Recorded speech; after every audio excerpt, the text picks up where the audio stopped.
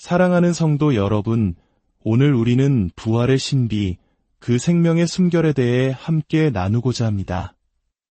이 메시지를 통해 여러분의 삶에 하나님의 특별한 은혜와 평강이 가득하기를 소망합니다.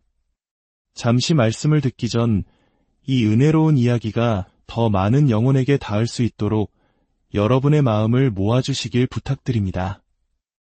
여러분의 구독과 공유는 어둠 속을 헤매는 이들에게 빛을 전하는 귀한 도구가 될 것입니다. 이 채널을 통해 하나님의 사랑을 나누는 모든 분들께 주님의 축복이 함께하기를 기도합니다.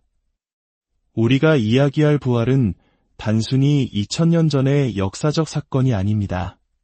그것은 바로 지금 우리의 삶 속에서 살아 숨쉬는 하나님의 신성한 능력의 만지심입니다. 하나님께서 이 땅 위에서 행하신 가장 위대한 사역, 바로 그리스도를 죽음에서 일으키신 그 일은 상상을 초월하는 권능의 역사였습니다. 바로 그 동일한 부활의 능력이 우리 마음속에서 역사할 때 놀라운 변화가 시작됩니다. 죄와 옛 습관의 왕좌를 무너뜨리고 그 자리에 새로운 생명을 세웁니다. 무관심과 냉담함, 굳어버린 마음은 녹아내리고 모든 악한 생각과 교만은 사라져야만 합니다. 그리고 그 빈자리는 그리스도를 닮은 겸손한 마음으로 채워집니다. 이것이야말로 하나님의 생각과 능력, 그리고 그분의 거룩하심 안에서 이루어지는 가장 아름다운 협력입니다. 우리의 주님께서는 스스로를 비워 아무것도 아닌 자가 되셨습니다.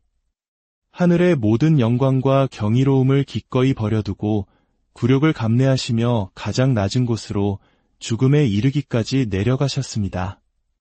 그 목적은 단 하나였습니다. 사망과 사탄의 권세를 멸하시고 평생 죽음의 공포에 얽매여 살던 우리를 해방시키기 위함이었습니다. 이것이 바로 우리를 향한 하나님의 놀라운 구원의 계획입니다. 그렇다면 위대한 계획이 어떻게 우리 삶에서 이루어질 수 있을까요? 그것은 바로 변화, 즉 부활의 생명을 통한 변화를 통해서만 가능합니다. 거룩함을 향한 생각, 하나님을 향한 뜨거운 열정과 갈망이 우리 안에 타올라야 합니다.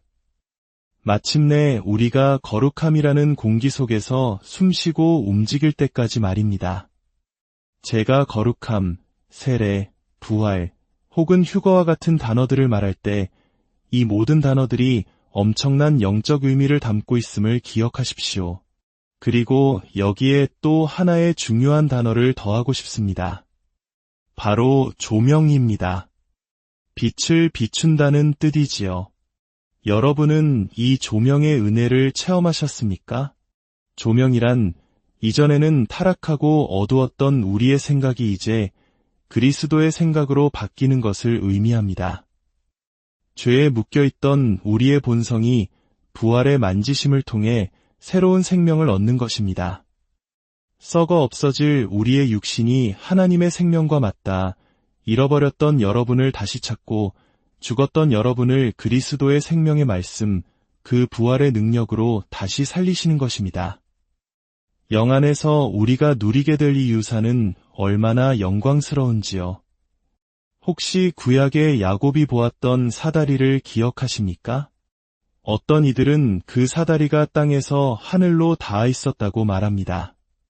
하지만 형제자매 여러분, 그 사다리는 우리가 힘겹게 올라가야 하는 것이 아니라 하나님께서 우리를 하늘로 이끌어 올리시기 위해 땅으로 내려주신 은혜의 통로입니다.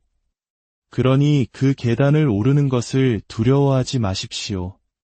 하나님의 신실하심을 믿는다면 결코 미끄러져 뒤로 넘어지지 않을 것입니다. 하나님을 향한 믿음을 굳게 지키십시오.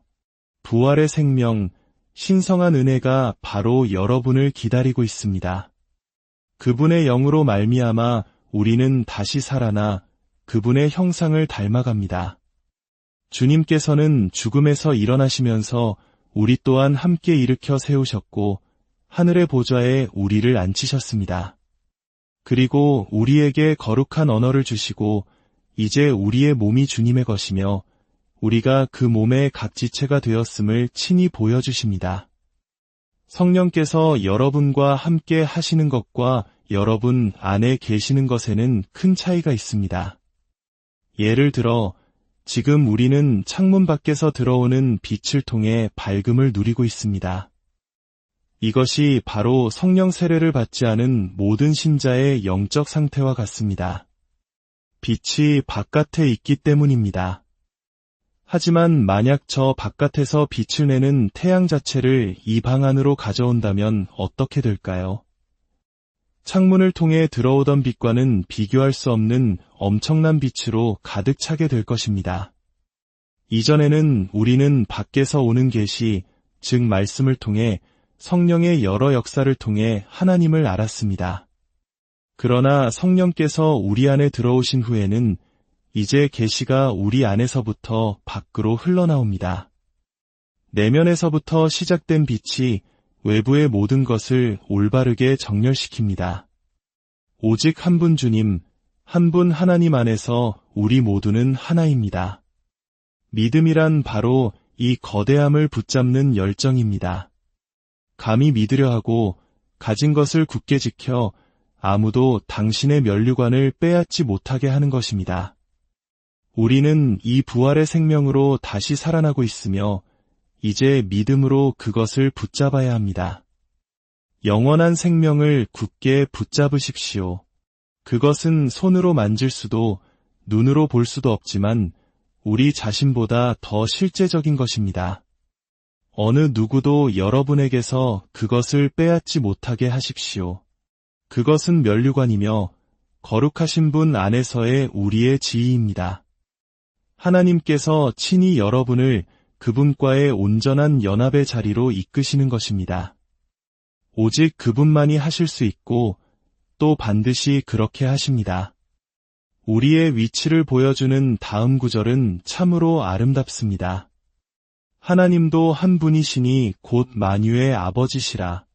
만유 위에 계시고 만유를 통일하시고 만유 가운데 계시도다. 만유 위에 계신 분을 생각해 보십시오. 원수가 어떤 공격과 시험을 가져오더라도 문제되지 않습니다. 한 분 아버지께서 그 모든 것 위에 계시기 때문입니다. 그리고 그 다음 생각은 더욱 위대합니다. 그분은 만유를 통하여 일하시며 마침내 여러분 모두 안에 계십니다. 권능과 위엄과 영광의 하나님, 모든 것을 무너뜨리고 새롭게 하실 수 있는 분, 만유의 아버지가 모든 것 위에 모든 것을 통해 그리고 바로 당신 안에 계신다는 사실을 감히 믿으시겠습니까? 이 믿음 안에서 여러분은 다시는 의심하지 않는 굳건한 영혼이 될 것입니다. 하나님 아버지께서는 당신의 능력이 온전히 나타나기를 간절히 원하십니다. 우리에게 필요한 것은 오직 그분의 아들이 가져오신 것뿐입니다. 우리는 완전한 구속을 받아야 하고 이에 모든 능력을 알아야 하며 그분이 모든 권능으로 우리와 함께 하시며 원수의 권세를 무너뜨리신다는 사실을 온전히 이해해야 합니다. 이 진실은 너무나도 실제적입니다. 하나님이 여러분 위에 계시다는 사실은 악마나 어둠의 세력이 있다는 것보다 수억만 배는 더 강력한 진리입니다. 어떻게 아느냐고요? 욥을 향한 사탄의 말을 들어보십시오. 주께서 그와 그의 집과 그의 모든 소유물을 울타리로 두르심 때문이 아니니까 사탄은 욥에게 가까이 갈 수 없다고 고백합니다. 그를 가로막는 울타리, 장벽이 있었기 때문입니다. 그 울타리는 무엇이었을까요? 그것은 가시덤불이 아니라 전능하신 하나님의 임재 그 자체였습니다. 주님의 임재가 욥을 둘렀던 것처럼 지금도 우리를 둘러싸고 있습니다. 전능하신 하나님의 보호를 사탄은 결코 뚫을 수 없습니다. 혹시 어떤 형태로든 고통받고 있다면 사탄이 당신을 이겼다고 결론 내리지 마십시오. 사탄이 공격하는 것은 여러분 개인이 아니라 여러분 안에 살아계신 그리스도입니다. 그는 우리 안에 있는 그리스도의 능력을 파괴하고 싶어 합니다. 그럴 때 이렇게 선포하십시오. 주님, 주님의 소유인 저를 친히 돌보아 주시옵소서. 그러면 사탄은 가까이 오지 못합니다. 우리가 그리스도를 우리 삶의 마땅한 주인 자리에서 밀어낼 때 그때 사탄이 틈을 탑니다. 우리가 하나님의 자녀로 태어나는 순간 우리는 하나님의 가족, 그리스도의 몸의 일부가 됩니다. 그리고 그 몸은 약속의 인치심, 즉 그리스도께서 우리 안에서 강력하게 통치하시는 성령의 충만함을 받아야 합니다. 성령께서는 우리 안에 계신 왕의 모든 영광을 드러내시어 그분이 진정 우리의 왕으로서 통치하시도록 섬기십니다. 부활의 능력이 여러분의 모든 날을 충만하게 채우시기를, 그리고 만물 위에 만물을 통해 여러분 안에 계시는 아버지의 보호하심 속에서 승리하는 하나님의 자녀로 매일 살아가시기를 간절히 기도합니다. 평안한 하루 보내